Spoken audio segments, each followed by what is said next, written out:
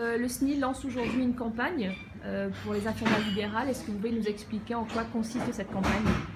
Cette campagne consiste à mettre en évidence nos compétences, celles qui ne se voient pas, de mettre en évidence tout ce que nous pouvons apporter aux patients et au système de santé.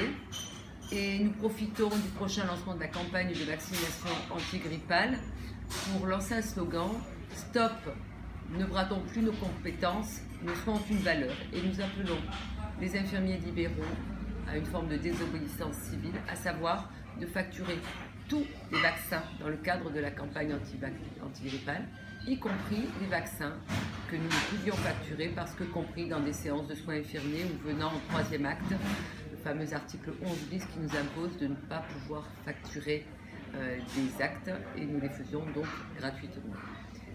Désormais, plus aucun vaccin de la grippe ne sera facturé gratuitement. Et c'est un message que vous lancez à tous vos adhérents? C'est un message que nous lançons à tous les infirmiers qui voudront bien nous suivre. Sur notre site, il y a un kit de résistance où on a ce slogan et surtout un courrier d'accompagnement pour les patients, pour les médecins, pour leur expliquer. Parce que l'objectif aussi, c'est d'avoir le soutien de la population, de nos patients, des professionnels de santé, des médecins qui sont nos partenaires dans la prise en charge de nos patients, de façon à ce que tout le monde comprenne pourquoi nous agissons ainsi.